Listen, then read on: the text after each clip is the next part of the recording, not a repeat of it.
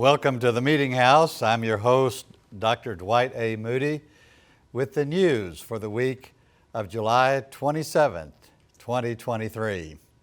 We begin in Los Angeles, where planners have announced the dedication of the new Azusa Street Prayer Tower in downtown Los Angeles.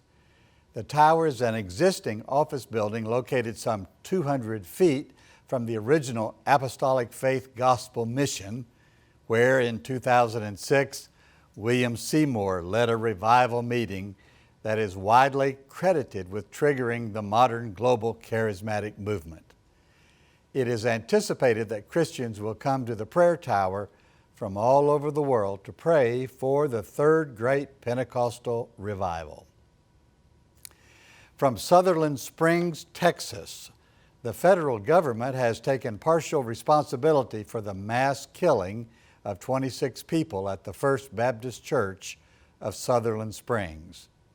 They admitted that vital information about a U.S. airman was withheld, thus allowing him to purchase a semi-automatic weapon and attack the people at the church where his wife occasionally attended.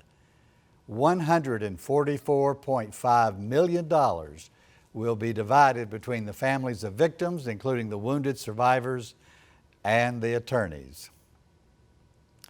Elsewhere in Texas, McAllen, Texas, the Baptist General Convention of Texas, meeting in the far southeast corner of Texas on the Rio Grande, passed a resolution calling for recognition and support of all women in leadership positions in Baptist churches. This came just 1 month after the Southern Baptist Convention took action to prevent any woman from serving as any kind of pastor in a Southern Baptist church.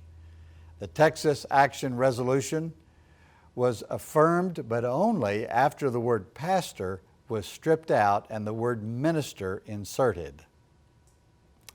In Indianapolis, the Lilly Endowment of Indianapolis has awarded 77 grants to organizations across the United States through its Christian Parenting and Caregiving Initiative, ranging from $240,000 to $1.25 million. The grants will assist organizations to design and implement programs to help parents and caregivers learn, adapt, and embrace time-honored practices of sharing their faith and values with their children.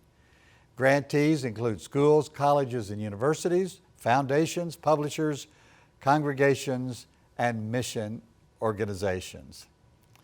And from Lexington, Kentucky and Greenville, South Carolina, The Meeting House, Inc. has announced plans for the Tangle Tour of 23, taking its commitment to conversations on religion and American life on the road to 8 cities.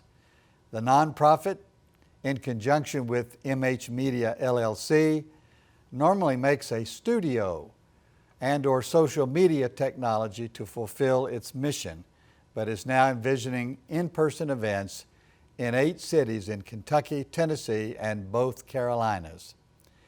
In an essay describing the tour, the host, me, Dwight A. Moody, wrote that I'm taking these 2 artists, one a singer, John Prine, and the other a son, my own Ike Moody, on a road trip to reflect on life and its meaning, love and its measures, and hope and its moment in time, end quote. That's the news. I'm Dwight Moody, your host here in the Meeting House. Thank you for joining us today.